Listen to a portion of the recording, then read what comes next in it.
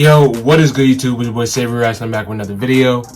So for today, we are back with the Game Theorist, and this video is called Game Theory, You Are the Villain of Poppy Playtime.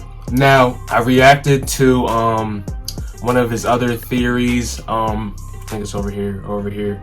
I will put that in the card. I think it's called, I don't know what it's called exactly, but I think it's a card. I'll put it up there. But yeah, I'm excited to see what theory he has next for Poppy Playtime, because this game is just crazy. It's amazing. The story is amazing. The scares are amazing. Yeah, just everything is top tier in this video game here. But yeah, this is a 17-minute video, I think, so I just want to be short and sweet with it. Drink your water. I already drank mine. I should probably go get another one real quick, but I'll probably drink one after this video, so we'll just do that. Yeah, stay hydrated. Drink that water. Long video, so grab your snacks, grab some pretzels, grab water, of course, and grab strawberry Pop-Tart. And with that being said, let's get right into the video. Let's go. Oh, and also like, comment, subscribe. Almost forgot. Alright, let's get it started, Mad Pat. Let's see what you got. Jump scares in this game are crazy. It's been so long since I've had a decent snack. Okay, back up. Oh, she got murked. This is a new villain. Don't be frightened by those rejects. They were just scrap fodder for the pile. Wow. Far greater threats here than you realize. There's a lot of mystery going on in this. Fine addition. Join me. Join me. No, thank you. Hello, Ooh. Internet. Welcome to Game Theory. That intro was kind of fire. I'm not gonna count. Reaching and stretching for answers. So, kind of like the nerdier version of Mommy Longlegs. And welcome back to our coverage of Poppy Playtime. Probably should rename the game Poppyless Playtime, since 2 chapters in, we spent like 5 minutes with the character. And of those 5 minutes, like, none of it's actually been playing. So, just a clickbait title across the board. Last episode, we broke down 2 of the biggest mysteries people were asking about this latest install. We watched that, was so figuring out the it will be real up there. identity of our little doll. So you guys can in my watch very it. first theory for the game, we concluded that Poppy was created using the soul and body parts of Stella Graber, an employee of Playtime Co. However, this chapter revealed that Stella was still very much alive when Mommy Longlegs was introduced back in the 1990s. Considering that Poppy was invented in the 1950s, timeline didn't really work out. So, who then is Poppy? TVA. Well, it turns out she's the adopted daughter of Playtime Co.'s founder, Elliot Ludwig, a girl who died tragically sometime in the 1960s.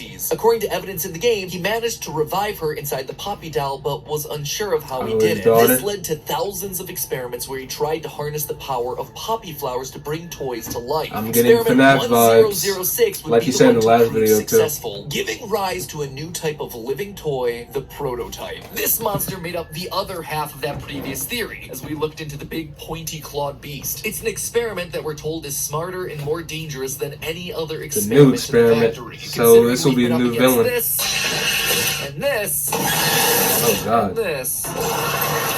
Him being that much smarter doesn't really bode too well for us. Yeah. But talking about these two is only really scratching the surface of what's really happening at Playtime Co. What are these living toys made from? Who are we in all of this? Will this game ever not think it's be like similar to FNAF? a And worker why is of a caterpillar the company doll or with elf something. feet so disturbing to the very core of my being? Well, I don't even know, to think be I have honest. answers to all these questions and more. Alright, maybe not the last 2, but definitely the first couple. And by the end of today's episode, we'll be that much closer to figuring out all the twists and turns that Poppy has planned. Alright, let's Spoiler see. alert, I think that we might be the true villain of this whole narrative. Let's start at the makeup of the monsters. Let's hear your Originally, we thoughts. suspected that the flesh and blood of former employees was being used to help create the sentient toys that are now chasing us around the factory. I mean, look at all the blood in this place. And usually it's found alongside a broken toy. Plus, as Huggy Wuggy falls into the abyss at the end of chapter Huggy 1, Wuggy. he leaves blood splatter on all the pipes that he hits on his way down. Combine that with our theory that Oh, they're Stella humans was in inside there? a Poppy, and boom, you got yourself a recipe for the most gruesome company health plan ever. However, Chapter 2 seems to be pulling us in a different direction. Once you defeat Mommy Longlegs and get back to the game station to free Poppy, you can find 2 notes on either side of the control panel. One is about a scientist complaining about the lack of natural light in the lab, which, let me tell you, as someone who literally locks himself in a closet to work on episodes, totally get that. Hashtag relatable. But it's the second note that I know want us to exactly pay the same, attention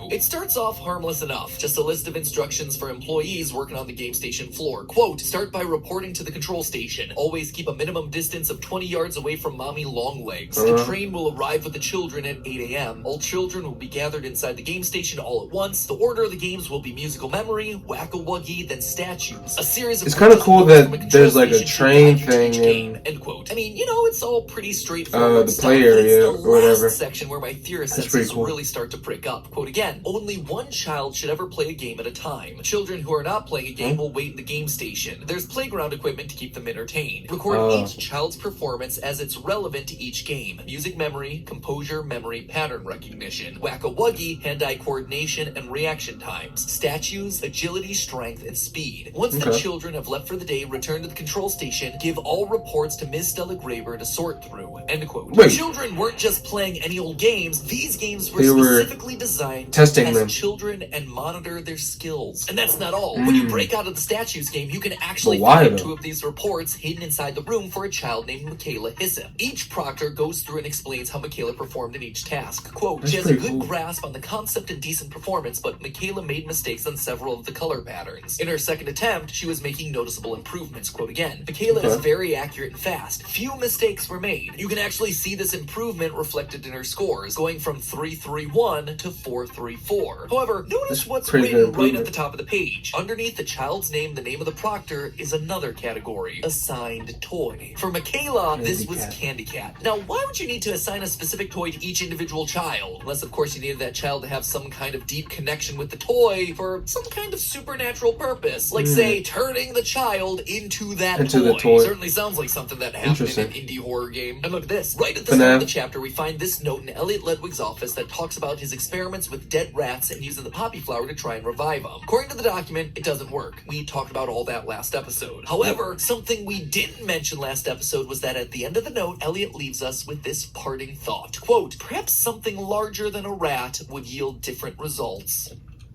It all So he's talking about human then. The testing of the kids, assigning them a toy. It's not Which is for kinda amendment, sick. It's in order to provide larger I guess it subjects is for what it is. Elliot's experiments. He isn't stuffing his employees into toys to bring them to life. He's using children. Oh, come on. Just when I thought we were getting through an using episode without a FNAF reference. But that's not all. Because Poppy Playtime saw FNAF's dead kids and said, hold my remnants. Because if stuffing kids Oh, wasn't my bad enough, remnants. these aren't just any children. They're orphans. At the start of Statues, before we even see any of these Orphans? child testing papers, Mommy gives us a little monologue about why she's trying to kill us. It was always so sad to see the kids grow. They called me Mommy because I was the closest. Oh, because they don't have parents. But they come for games and never come back. They called me Mommy because I was the closest Oh. thing they ever had to one. Alright, let me level with you. First off, I think they called you Mommy because, you know, that's literally the name of your toy. Yeah, You see exactly. the commercial at the very beginning of the chapter. You've So also maybe that spent could the be entire wrong. game talking about yourself in the third person, so none of this should be a shock to you. But you know what? She's also probably right. If this day-glow pink stretch spider is the closest thing the kids have to a mom, then yeah, chances are they're growing up parentless. Or maybe it This could also be- directly aligns with the posters that we see 'Cause throughout that's the her factory. name, I guess. Posters that I mean, I explicitly don't know. talk about Playtime Co.'s adoption program for orphans. In Chapter 2, it says, quote, Playtime Co. harbors a state-of-the-art education program for all orphan children. These Oh, children never being mind. tested are orphans. You might That's be why, right. despite there being literally hundreds of experiments, notice that the experiment numbers go from the 800s all the way to the thousands. No missing children's reports are ever filed. I mean, heck, even Freddy's had to close after 5. This also applies to a select number It's of pretty the game's dark. death screens. Nobody is here by choice? Yeah, these kids didn't choose to be here. To be adopted by the company or turned into toys. And Yep. I'm sure at this point they're all well aware of the fates that are worse than death, like we see in another death screen. I still stand by our first theory on this one. I'm convinced that these death screens are Poppy talking to us. At the end of the chapter, she says that she has plans for us and prevents us from escaping on the train. This perfectly lines up with death screens like, you can die later. This isn't about you, and I still have plans for you. However, chapter 2 how is this tied introduces to a new mechanic into the death screen. person See, while playing those that being I've the already villain? mentioned all end with a flash of white, there are others that end with an ominous red screen. One of those red Guess we're about screens to is find even out. in a secret code like the one that we had in chapter 1. I guess this is just a thing that they do now. Last time we deciphered the code to give us the phrase, stay, they need help. Fortunately, the new one in chapter 2 uses a few of the same letters. In fact, the first word in this new code is exactly the same as one from the other code, they, followed by an apostrophe and 2 more letters, the second of which is also an E, so this is very clearly there. The next 2 words get a little trickier as they contain letters that we haven't seen before, but after a bit of analysis and trial and error, I managed to decipher the whole thing to read, they're just hungry. This, on its own, doesn't really tell us anything new, but when you start to combine it with the other red screen messages, it starts to paint a bigger picture. The prototype has saved us. Isn't he wonderful? He is loose. This is an emergency lockdown. Innovation is key. May we forget death.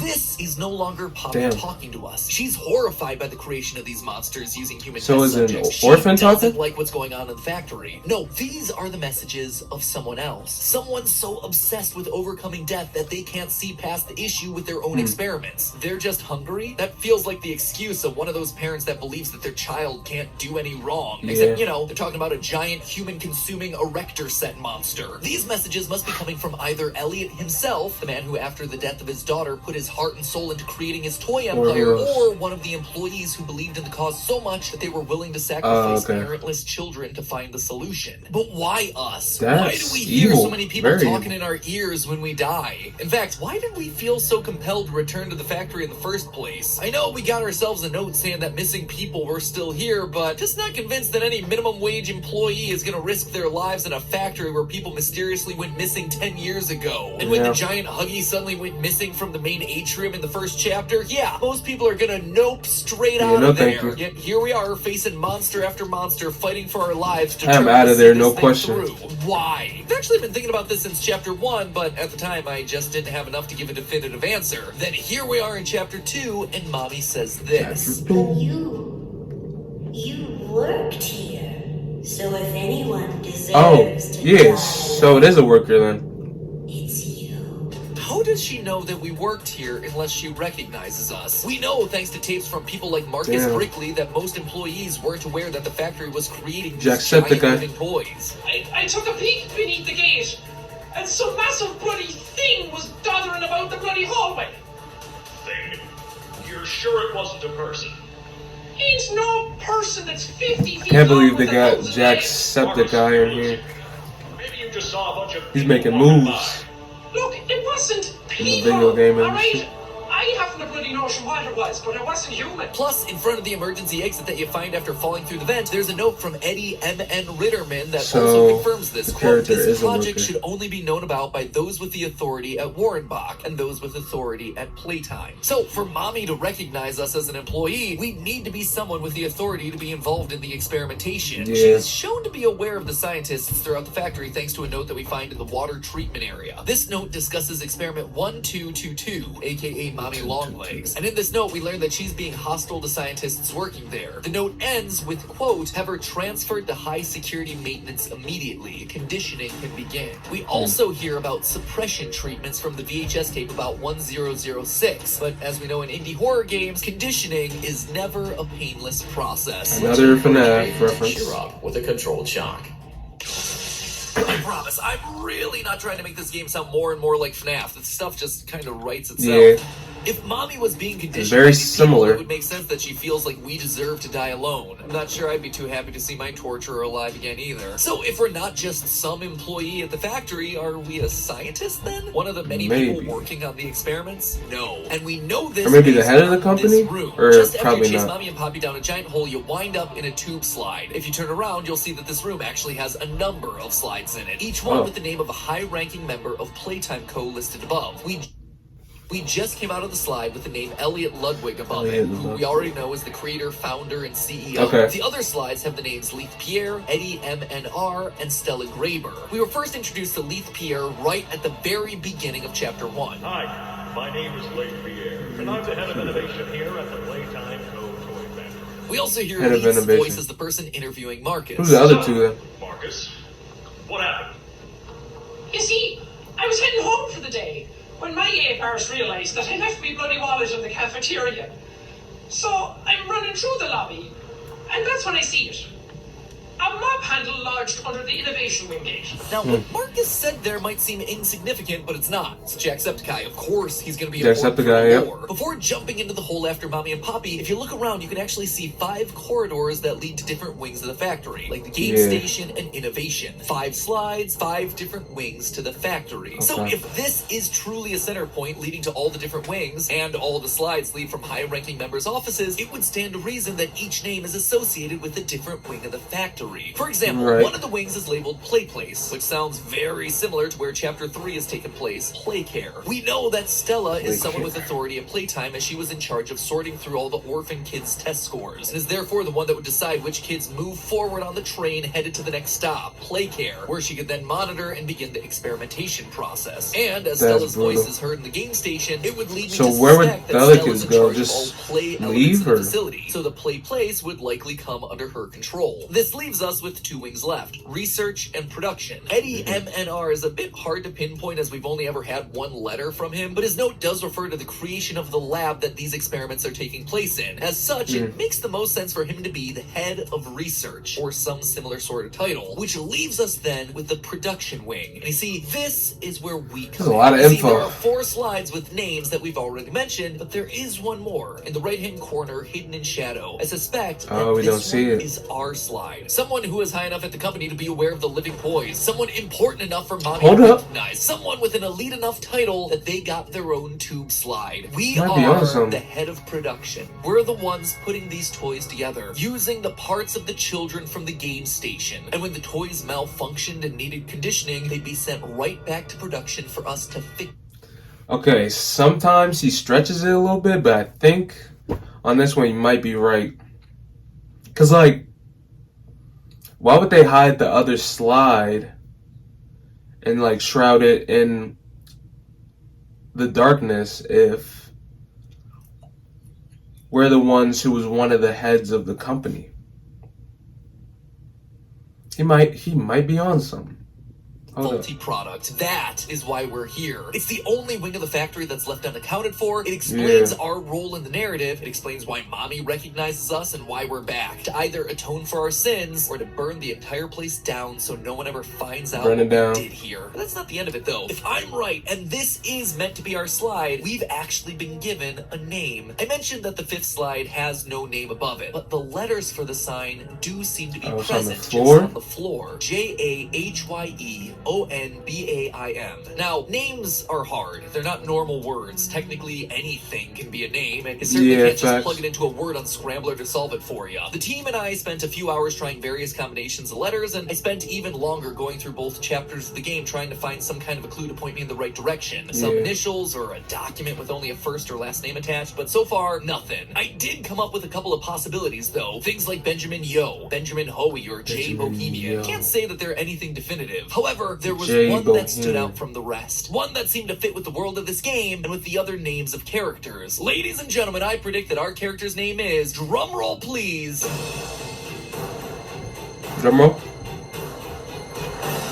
Jamie B. Jamie B. Honey. Feels like it fits into a toy factory, doesn't it? We are Jamie B. Honey, the head of production, returning to the factory This to try one and might be a undo little all the bit wrongs that stretched. he and I his don't know. co-workers committed all those years ago. Or, you know, we're trying to make sure that everything stays buried. We were vital to the production of these living toys, turning them from regular plastic and fur into the hellish nightmares that we see. And the future chapters Terrifying. are only going to reveal more monsters. And maybe it'll confirm the fact that in this story, the humans were the real monsters all along. But hey, that's just a theory. A game theory. Thanks for watching.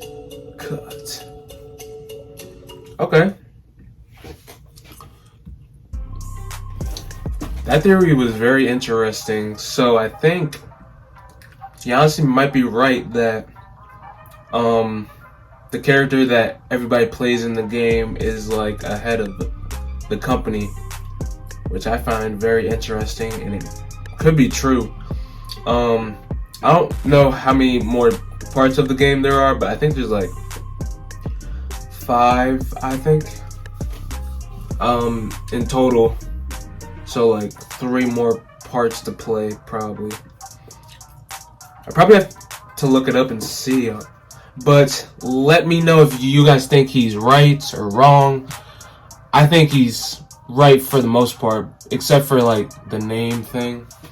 I don't know if there's any way you could guess that accurately, but that's just my opinion on it. But yeah, guys, I'll be in the video. Make sure you like, comment, subscribe, and turn that post notification button so you get notified every time I post a video. And I'm gonna be out.